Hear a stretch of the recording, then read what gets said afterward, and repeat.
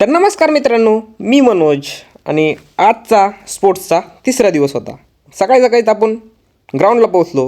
ग्राउंडला मॅच चालू झालेली होती आणि आपला नवतर बाई खेळत होता. नवतर बॅटिंग करत होता आणि आमच्या विरुद्धच होता म्हणा होतो. एक बॉल 2 रन लागले दादा. एक बॉल 2 रन.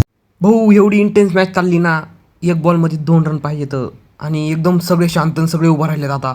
पण अनफॉर्च्युनेटली रायगड हारलेले आणि शिवनेरी जिंकलेली. श्रेयस एकदम भारी खेळला, मस्त असे 2 चौके मारले भाऊनी. पण काय, रायगड तर हारले ना आता. भाऊ, कोणी हारून कोणी जिंकू, यांचं चेअरअप तर चालूच राहणार असं इकडं. आणि त्यानंतर मुलींची मॅच पण चालू झालेली होती. मुलींची मॅच चाललेली होती आणि ह्यांची इकडे वेगळीच मॅच चाललेली भाऊ.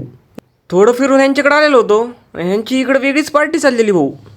आपण पण आलो. मग फायनल नंतर होणार होती आणि त्याच्यामुळे आधी बास्केटबॉलची मॅच घेतली.